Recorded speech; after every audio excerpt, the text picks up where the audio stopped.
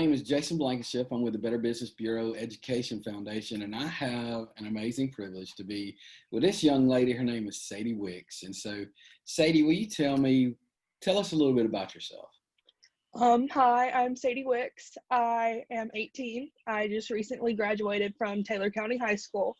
I am about to start at the Georgia Institute of Technology on Wednesday. In a few days, I'm super excited. I'm kind of bummed that I have to do it online instead of on campus, but you know what? We'll take what we can get. Um, I am planning on majoring in nuclear and radiological engineering in hopes of becoming a medical physicist. I want to help out with cancer radiation and just curing cancer easier. I don't want cancer to be such a negative word as it is today. I love that. And I believe it's your generation that will come up with those answers that we so desperately need. Now, you said, all right, so today's Monday, you start Georgia Tech on Wednesday. Yes, June 17th. And you were supposed to already be moved in and on campus, correct? Yes. But because of coronavirus, things are a little different. And I imagine your high school graduation was a little different. My high school graduation was different. We started at 8:45 in the morning in groups of 10. It was outside. We stood 6 feet apart after we got off stage in our group of 10. And we waited for that group of 10 to finish. They told us to turn our tassel, and then one, two, three, threw our caps up in the air, and then we had to leave.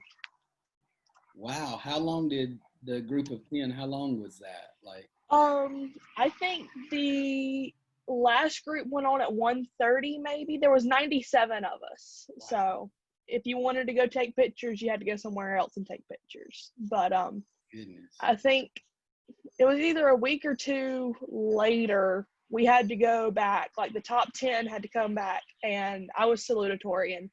I had to go back, and we recorded the introduction of graduation, like the speeches, the poems, the prayers, all of that type of stuff. Well, congratulations on being salutatorian. Thank you. And that was for your whole class, not your group of 10, right? Not my group of 10. That was my whole That'd be class. about the only chance I would have at becoming salutatorian. If there was a group of two, I could possibly be salutatorian.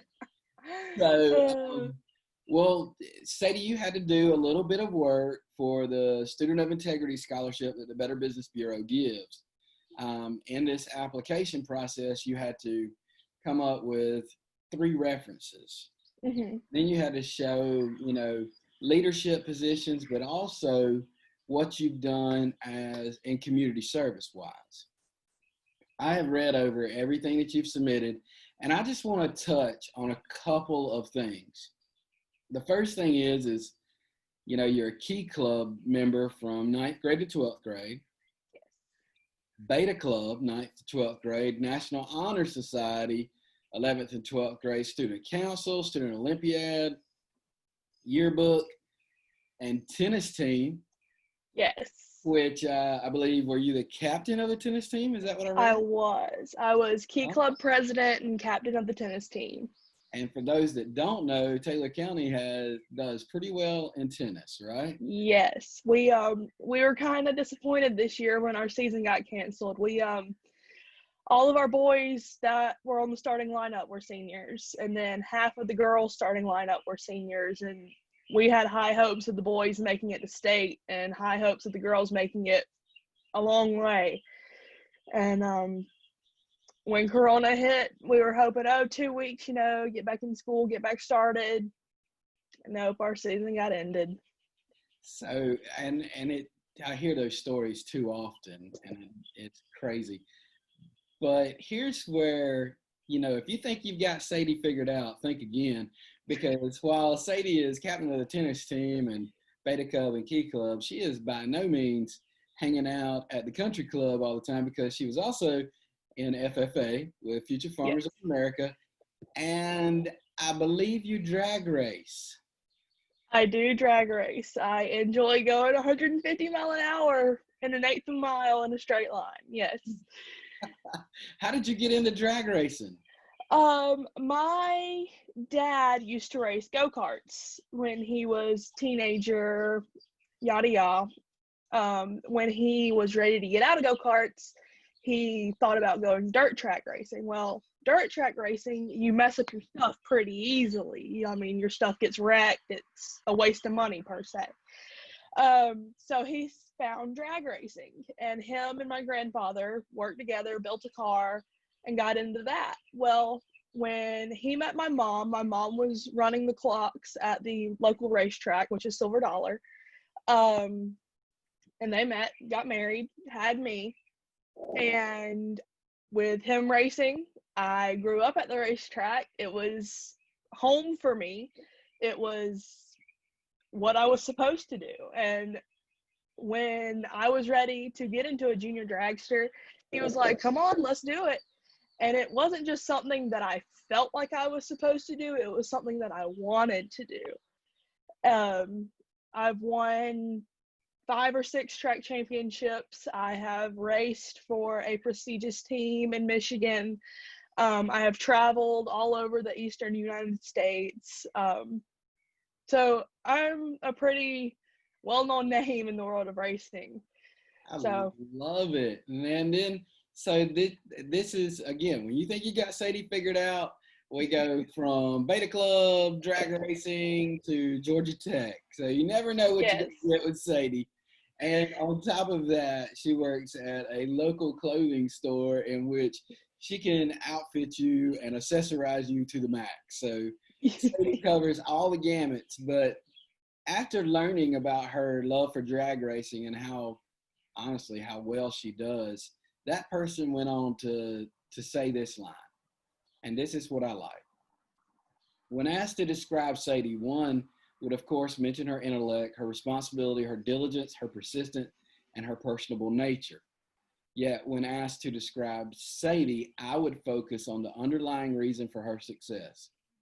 Sadie is a true woman of integrity and intentionality. Sadie seeks to do what is right, what is true, what is admirable. She pursues excellence of character above all else.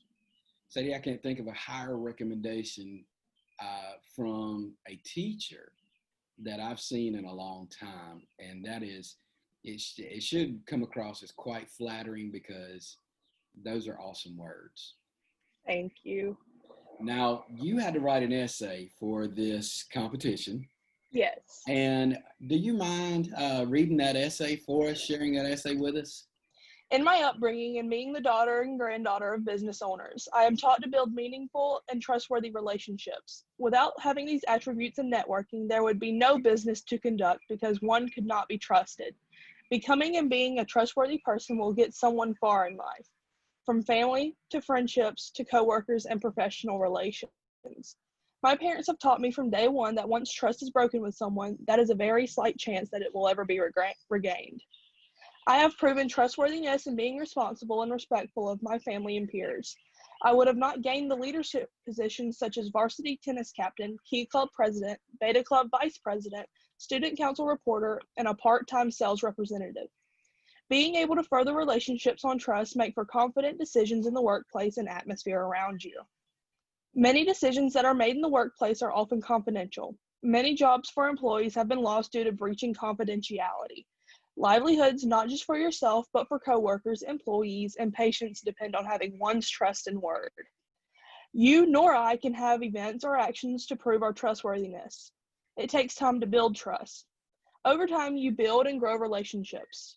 When it comes to moving jobs or asking for reference letters from former teachers or bosses, it should be an easy task for them to accomplish. When your name is spoken, the thought should already be there that you are a reputable person and that you have the attributes you have to be a great student or employee. Choosing to continue my education was an easy choice. Asking my teachers, coach, and community leaders to write letters of reference for me was an easy thing to do. Writing the letters was an easy task for my mentors to accomplish. Being trustworthy was an easy thing to do when I realized trust could be shattered in an instant. Being trusted, proven trusted, and thinking of yourself as a trustworthy thing should be easy to do. All you have to do is just carry on with the little stuff, right? Yep. Little details make everything. That is exactly right. Well, I appreciate you applying, and I appreciate all the work you've done. and this interview was the last step in the application process. And so our judges have looked at everything, and congratulations, you just won a scholarship. You are very welcome. We are more than honored to send. It's just $1,000, and I wish I could do more, but the Better Business Bureau and man, Aflac is behind you, and we wish you the best at Georgia Tech. Thank you so much. Isn't that Hey, awesome? $1,000 is $1,000. That buys textbooks, it pays for my tuition, it does everything. Well, one, thank you for introducing the BBB to me, coming to my school and telling us how to buy a car, what to do and not to do with a car salesman. That's how I found out about the BBB scholarship, is just looking more into it. Thank you for just talking to me and being personable and giving me the chance to interview for this. Thank you, BBB and Aflac, for believing in me, for investing in my future, because I really couldn't do it without people investing in me.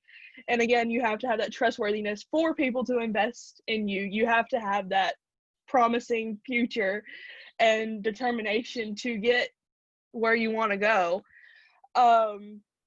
I couldn't do this without you guys, and I am very thankful that y'all are here. So You are very welcome, and I know the great people at Aflac feel the same way I do, is that this is an investment that's going to have a return far greater than $1,000. So yes, congratulations, Miss Sadie Wicks, Taylor County thank High you. School, headed to Georgia Tech.